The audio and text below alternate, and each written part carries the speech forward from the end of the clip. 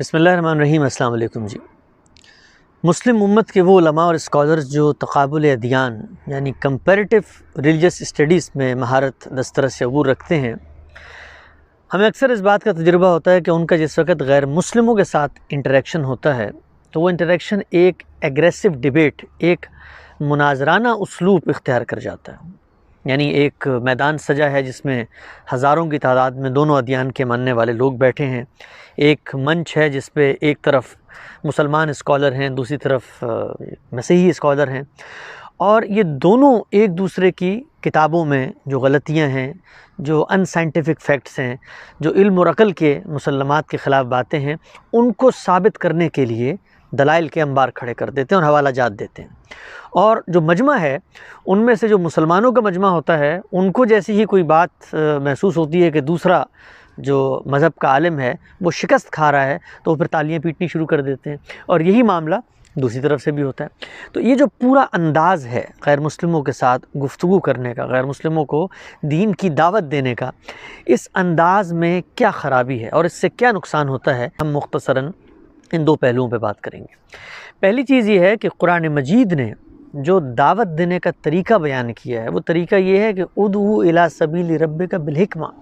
यानी अल्लाह के रस्ते की तरफ लोगों को हिकमत के साथ बुलाओ। हिकमत यानी अल्लाह के दीन के अंदर जो इस्तदलाल, जो बराहीन, जो हुज्जतें मौजूद हैं, जो आर्गूमेंट मौजूद है, उस आर्गूमेंट को लोगों तक पहुँचाओ। आगे फरमाया वल मौइज़तिल हसना, और नसीहत के साथ, एक अच्छी खैरखाई के जज्बे के साथ, एक मताए दर्दोसोस के साथ, यानी इस जज्बे के साथ कि जो मेरा सामने वाला है वो दरअसल एक गलती में मुब्तला हो गया, ना कि मुझे उस पर अपनी फ़तह साबित करनी है, ना कि ये कि मैंने उसको शिकस्त देनी है, ना कि ये कि जो मजमा मौजूद है उसमें मैंने लोगों से उसको ह्यूमिलिएट करवाना है, तालियां बजवानी है उसके ख़िलाफ़, नहीं, बल्कि अच्छे, एहसन, खूबसूरत और इस दर्द और इस जज्बे के साथ उसको दावत दो कि वो गलती पर ख़ुद मुतनब्बे हो जाए। और तीसरी चीज़ अल्लाह ताला ने फरमाई वजादिलहुम बिल्लती हिय अहसन,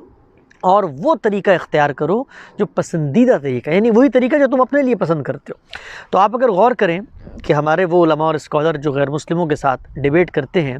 और मसलन ये उसलूब इख्तियार करते हैं कि हम अगर तुम्हारी किताब में गलतियाँ बताने पर आएँ तो 5 दिन गुजर जाएँ,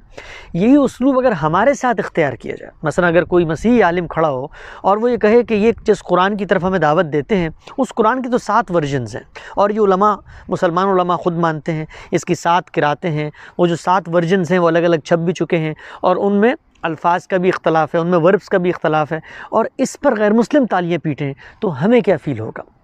तो ये जो उसलूब है, इस उसलूब में दर हकीकत हम सामने जो मुखातब बैठा है उसकी अक्सरियत को मुतनफ़िर कर रहे होते हैं, और वो भी एक शिकस्त खुर्दगी की नफ्सियात में चले जाते हैं। तो ये जो तरीका है मुनाजरे का तरीका, ये तरीका बहुत ख़तरनाक तरीका है। इसके अंदर एक बर्तरी का जज्बा, इसके अंदर एक गलबे की नफ्सियात, इसके अंदर दूसरे को शिकस्त देने की एक सोच है जो पैदा होती है। ये पहला नुकसान है।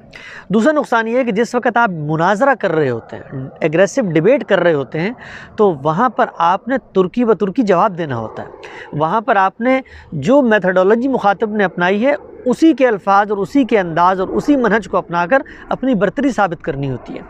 दीन के बाब में जब आप ये काम करते हैं तो इससे दीन का जो असल आर्गूमेंट है, दीन का जो मुकदमा है, वो मजरूह हो जाता है। मिसाल के तौर पे अगर किसी एग्रेसिव डिबेट या मुनाजरे का मौजू ये है कि आप अपने दीन को साइंस के मुताबिक साबित करें, तो अब हम ये कोशिश करेंगे कि हमारे दीन के अंदर जो भी फैक्ट्स बयान हुए हैं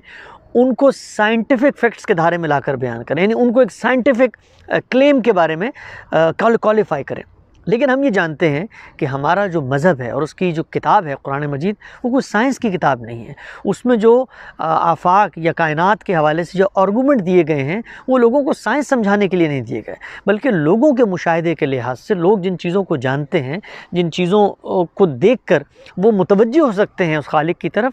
इस अंदाज़ में, यानी एक नसीहत के अंदाज़ में उन चीज़ों की तरफ तवज्जो दिलाई गई है। تو اب ہوتا کیا ہے؟ ہوتا یہ ہے کہ جس وقت ہم مناظرے کے اندر کھڑے ہوتے ہیں تو ہم ان چیزوں کو موجودہ دور کی جو سائنس ہے، اور ہم جانتے ہیں کہ سائنس اصل میں انسان کے تجربے اور مشاہدے کا نام ہے، اور اس کے اندر ایک ارتقاء ہوتا ہے، اس کے اندر ایک تبدیلی ہوتی ہے، تو ہم در حقیقت خدا کو موجودہ دور کی لیبارٹری کے اندر لا کر کھڑا کر دیتے ہیں، اور خدا کے وہ احکام جو قیامت تک کے لیے ہیں اور جو اس نے انسان کی نفسیات کو متوجہ کر کے دیے ہیں، ان کو سائنس کی میزان اور سائنس کی بساط پر ثابت کرنے کی کوشش کرتے ہیں۔ عین ممکن ہے کہ کل کوئی نئی سائنٹیفک تھیوری آ جائے، عین ممکن ہے کہ سائنس خود ان کلیمز کو یہ کہہ کر نظر انداز کر دے کہ ان کو جو بیان کرنے کا انداز ہے، ان کے اندر جو حقائق بیان کیے گئے ہیں، ان کو آج ہم نہیں پاتے۔ تو گویا ہم مذہب کی اس آفاقی دعوت کو ایک بہت محدود دائرے میں بند کرنے کی کوشش کرتے ہیں، اور وہ دائرہ جس کو خدا نے اپنی دعوت کی بنیاد نہیں بنایا۔ تو ہوتا کیا ہے؟ ہوتا یہ ہے کہ پھر ہم قرآن مجید کی ان آیات کو، ان استدلالات کو کھینچ تان کے سائنس کے تابع کرنے کی کوشش کرتے ہیں۔ تو یہ جو ایگریسو ڈیبیٹ اور مناظرانہ انداز ہے، اس سے نہ صرف یہ کہ غیر مسلموں کے ساتھ ہمارا ایک نصیحت اور خیرخواہی کے انداز دعوت کا خاتمہ ہو جاتا ہے، بلکہ جو مذہب کا کانٹینٹ ہے، اس کانٹینٹ کی پریزنٹیشن میں بھی بہت سارے گھپلے ہیں جو ہمیں کرنے پڑتے ہیں۔ ہم دیکھتے ہیں کہ دنیا بھر میں آج اس کی بہت پذیرائی ہوتی ہے۔ اس کے پیچھے ایک اور پہلو بھی ہے، اور وہ پہلو یہ ہے کہ دونوں مذاہب کے ماننے والے جس وقت کسی کی غلطی ثابت کرتے ہیں، اور یہ یاد رکھیں مثلا کسی کی کتاب میں اگر غلطی ہے، بہت سارے مسلمان اسکالرز اور علماء آپ یہ دیکھتے ہیں کہ وہ بتاتے ہیں کہ بائبل میں اتنی غلطیاں ہیں، اور یہاں پر بھی اصل میں مناظرے کے انداز میں جیتنے کی ایک نفسیات ہوتی ہے۔ ہم یہ جانتے ہیں کہ بائبل جو ہے وہ سارا کا سارا خدا کا کلام نہیں ہے، بلکہ اس کے اندر ہسٹری بھی ہے۔ تو یہی کام اگر سامنے کھڑا ہوا اسکالر کرے کہ وہ قرآن مجید اور مسلم ہسٹری کو ملا کر مسلمانوں کو بتائے کہ تمہارے الہامی کلام میں کتنی غلطیاں ہیں، تو یہ اصل میں ایک طرح کا گھپلا ہوگا۔ اور دوسری چیز یہ ہے کہ اگر ان کتابوں میں کوئی غلطی ہے، کوئی تحریف ہے، تو وہ کتابیں ہماری کتابیں ہیں، ہم ان کتابوں پر ایمان لاتے ہیں، وہ کتابیں اللہ کے سچے پیغمبروں کو دی گئی ہیں۔ ایک واقعہ ہوا ہے جس کی وجہ سے وہ کتابیں محفوظ نہیں رہ سکیں، یعنی اللہ کے رسول کو لوگوں کی اتنی بڑی تعداد میسر آ گئی کہ آپ نے ہجرت بھی کی، ان لوگوں کو قرآن مجید پڑھایا بھی، ان لوگوں نے قرآن مجید لکھا بھی، محفوظ بھی کیا۔ وہ تاریخ کے اس دور میں وہ کتاب آئی ہے جو ریکارڈڈ ہسٹری کا دور ہے، تو اور جو پچھلی کتابیں ہیں ان انبیاء کو وہ مواقع نہیں مل سکے، یعنی وہاں وہ صورتحال نہیں پیدا ہو سکی جہاں اتنی بڑی تعداد لوگوں کی وجود میں آتی، یا جو ہسٹری کا دور تھا وہ ہوتا کہ جہاں پر چیزوں کو محفوظ کرنے کا انداز اپنایا جا سکتا تھا، تو وہ محفوظ نہیں ہو سکی۔ تو یہ کوئی ہماری برتری نہیں ہے، بلکہ یہ ایک مثبت دعوت کا پیغام بن سکتا تھا کہ ہم لوگوں کو یہ بتاتے کہ بائبل ہے یا دیگر الہامی کتابیں ہیں، وہ ان وجوہات کی بنیاد پر محفوظ نہیں رہ سکی، اور ہمارے پاس خدا کا یہ آخری کلام ہے جو محفوظ ہے۔ لیکن ہم دیکھتے ہیں کہ مناظرانہ ایگریسو ڈیبیٹ کا جو انداز ہے اس کے اندر غلطیاں نکال کے بتائی جاتی ہیں، اور یہ غلطیاں در حقیقت اپنے مذہب کی برتری ثابت کرنے کے لیے ہوتی ہیں۔